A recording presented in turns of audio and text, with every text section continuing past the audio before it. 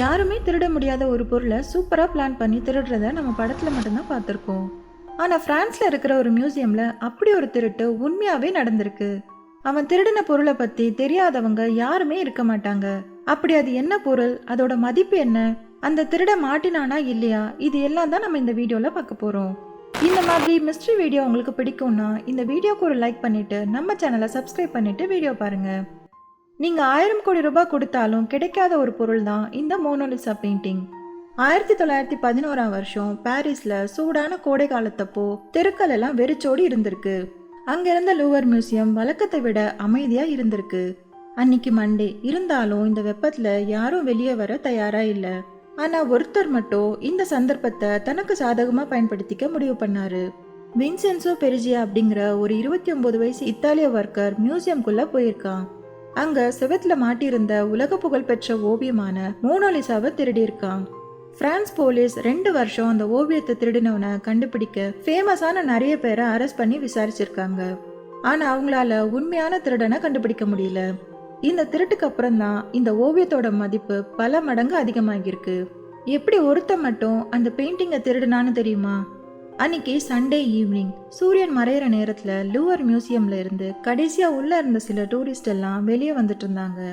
Museum close பண்றதுக்கு கொஞ்ச நேரத்துக்கு முன்னாடி பெரிஜியா மியூசியம்குள்ள நுழைஞ்சிருக்கான். இவன் லூவர் மியூசியத்துல ஆல்ரெடி மெயின்டெனன்ஸ் ஒர்க்கரா வேலை பார்த்துட்டு இருந்திருக்கான். அதனால அவனோட ஒயிட் யூனிஃபார்மை போட்டுக்கிட்டு உள்ள போயிருக்கான். யாரும் கவனிக்காத நேரத்துல அங்கிருந்த ஒரு ஸ்டோர் ரூம்குள்ள போயிட்டு ராத்திரி முழுக்க வெயிட் பண்ணிருக்கான். அடுத்த நாள் மண்டே லூவர் மியூசியம் க்ளோஸ்ட் அப்படிங்கிறதுனால கொஞ்சம் பேர் மட்டும்தான் உள்ள இருப்பாங்கன்னு அவனுக்கு தெரியும். சரியா 7:15க்கு ஸ்டோர் ரூம்குள்ள ஒழிஞ்சிருந்த அந்த திருடன் கிட்டத்தட்ட வெறிச்சோடி இருந்த லூவர்க்குள்ள வந்திருக்கான்.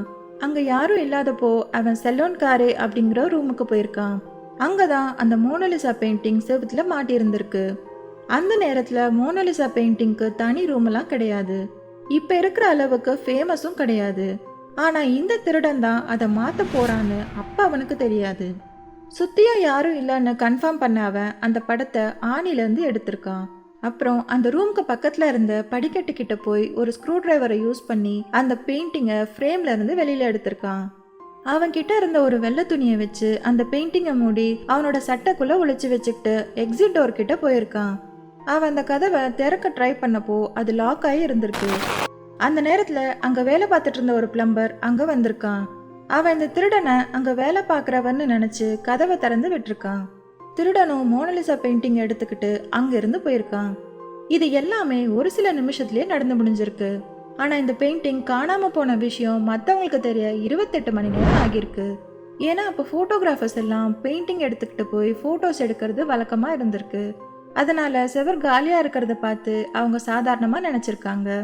ஆனா அடுத்த நாள் காலையில போட்டோகிராஃபர்ஸ் வந்தப்போ மோனோலிசா பெயிண்டிங் மட்டும் இல்லைன்னு தெரிஞ்சதும் ஏதோ தப்பு நடந்திருக்குன்னு யோசிச்சிருக்காங்க.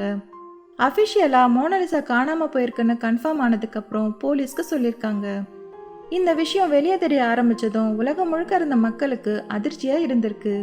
எல்லாருக்கும் இருந்த ஒரே கேள்வி, இவ்வளோ பாதுகாப்பையும் தாண்டி எப்படி அந்த ஒரு பெயிண்டிங்கை மட்டும் திருடி இருப்பாங்கன்னு யோசிச்சாங்க. பிரான்ஸ் முழுக்க பரபரப்பா இருந்திருக்கு. போலீஸ் ஒவ்வொரு எவிடன்ஸையும் கலெக்ட் பண்ண ஆரம்பிச்சாங்க. அந்த ஃப்ரேம்ல கிடைச்ச ஃபிங்கர் பிரிண்டை வச்சு போலீஸ் தேட ஆரம்பிச்சிருக்காங்க. இந்த கேஸ்ல ரொம்பவே இன்ட்ரெஸ்டிங்கான விஷயம் என்னன்னா, இந்த திருட்டுல பிரபல ஓவியரான பாப்லோ பிகாசோக்கு தொடர்பு இருக்குன்னு போலீஸ் சந்தேகப்பட்டாங்க. ஏன்னா அவரோட க்ளோஸ் ஃப்ரெண்ட் எழுத்தாளர் கியோமே அப்போலினியர் லூவர்ல இருந்து ஐபீரியன் சிலைகளை திருடின ஹானரே ஜோசப் ஜெரி பைரட் அப்படின்ற நபரோட கான்டாக்ட்ல இருந்திருக்காரு. இந்த பைரட் லூவர்ல இருந்து சில ஐபீரியன் சிலைகளை திருடி பிகாசோவுக்கு வித்திருக்கான். பிகாசோ அதை தன்னுடைய கியூபிஸ்ட் பெயிண்டிங்காக யூஸ் பண்ணியிருக்காரு. போலீஸ் விசாரிச்சப்போ அந்த சிலைகள் எல்லாம் உண்மையிலேயே லூவர்ல இருந்ததுன்னு இன்வென்ட்ரி நம்பரை வச்சு கன்ஃபார்ம் பண்ணியிருக்காங்க. இதனால தான் பிகாசோவை மோனோலிசா கேஸ்ல சந்தேகப்பட்டிருக்காங்க. ஆனா விசாரிச்சு பார்த்ததுல அவருக்கும் இந்த மோனோலிசா திருட்டுக்கும் எந்த ஒரு சம்பந்தமும் ஆதாரமும் இல்லாததுனால அவரை விட்டுருக்காங்க. அதே மாதிரி அந்த காலத்துல வேர்ல்ட்ஸ் லார்ஜஸ்ட் பேங்கரான ஜேபி மோர்கன் மேல கூட போலீஸ் சந்தேகப்பட்டாங்க. ஏன்னா அப்போ ஆர்ட் ஒர்க்ஸ் எல்லாம் போலியா உருவாக்கி அமெரிக்கால இருக்கிற கோடீஸ்வரங்களுக்கு விற்கிறது ஒரு பெரிய பிசினஸா இருந்திருக்கு. அதனால மோர்கன் தான் இந்த மோனோலிசா பெயிண்டிங்கை திருட சொன்னதாகவும் அதை கப்பல்ல அமெரிக்கா கொண்டு போயிட்டு இருக்கிறதா சில பேர் போலீஸ்க்கு தகவல் கொடுத்திருக்காங்க. போலீஸ் நியூயார்க்குக்கு வந்த ஒரு கப்பலை செக் பண்ணியிருக்காங்க.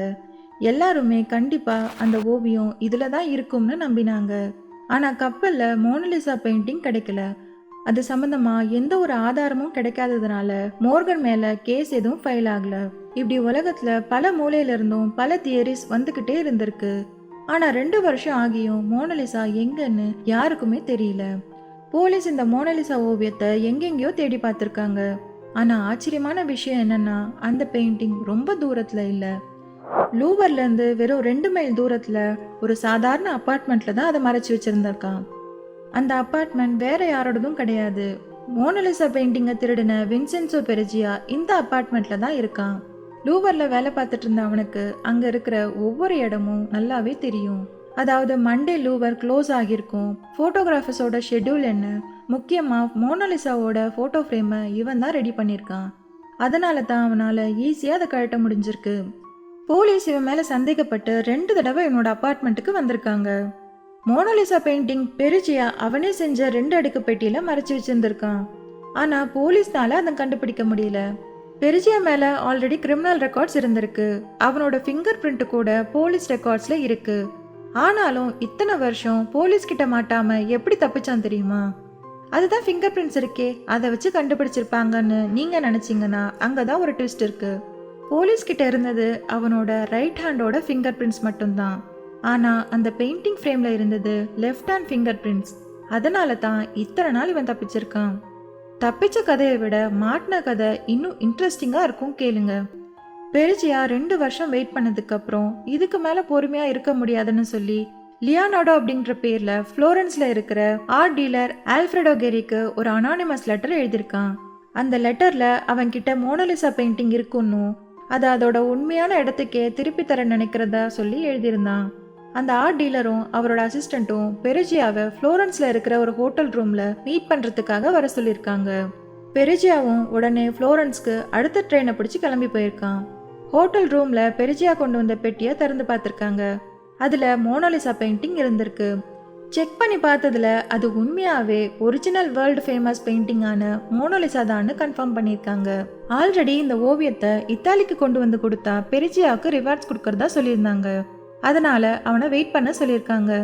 அவனும் ரிவார்ட்ஸ் கிடைக்க போகுதுன்னு சந்தோஷமா ஆவலா வெயிட் பண்ணிட்டு இருந்திருக்கான். 1 மணி நேரத்துக்கு அப்புறம் யாரோ அந்த ரூம் கதவை தட்டியிருக்காங்க. அங்க வந்தது வேற யாரும் இல்ல, பெரிஜியாவை அரெஸ்ட் பண்றதுக்காக வந்த போலீஸ். ஆதாரத்தோட அவன் மாட்டினதுனால அவனுக்கு கிட்டத்தட்ட 1 வருஷம் 15 நாள் ஜெயில இருக்கணும்னு தண்டனை கொடுத்திருக்காங்க. ஆனா 7 மாசத்திலேயே அவனை ரிலீஸ் பண்ணிட்டாங்க. அவனோட இந்த சின்ன திருட்டு வரலாற்றிலேயே மிகப்பெரிய கலை திருட்டா மாறிடுச்சு. சரியா 1925ல அவனோட 44வது வயசுல இறந்து போயிருக்கான். ஆனா 1932ல ஜேர்னலிஸ்ட் கால் டெக்கர் ஒரு ஷாக்கிங்கான விஷயத்த சொன்னாரு.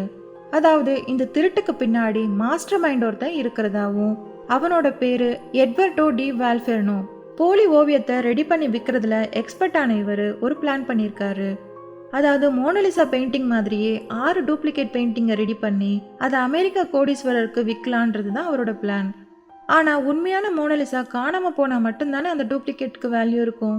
அதனால தான் பெரிஜியாவை திருட சொன்னதாகவும், மோனலிசா காணாம போன நியூஸ் வெளியில வந்ததுக்கு அப்புறம் அந்த 6 டூப்ளிகேட் பெயிண்டிங்கை ஒரிஜினல் பெயிண்டிங்னு சொல்லி வித்ததாகவும், அதோட இன்றைய மதிப்பு கிட்டத்தட்ட 750 கோடி ரூபாய்னு சொல்லியிருக்காங்க. ஆனா இதை ப்ரூவ் பண்றதுக்கு எந்த ஒரு ஆதாரமும் இல்லை. ஆனா உலகத்துல இருக்கிற எல்லாரையும் கவர்ந்து இழுக்கிற கதை என்னன்னா, வால்ஃபியர்னோ இந்த டூப்ளிகேட் மோனலிசா ஓவியத்தை பல கோடி ரூபாய்க்கு வித்துட்டு மாயமா மறைஞ்சு போயிட்டான் அப்படிங்கிறது தான். இது உண்மையா இல்லையான்னு யாராலையும் பதில் சொல்ல முடியாத ஒரு மர்மமா தான் இருக்கு.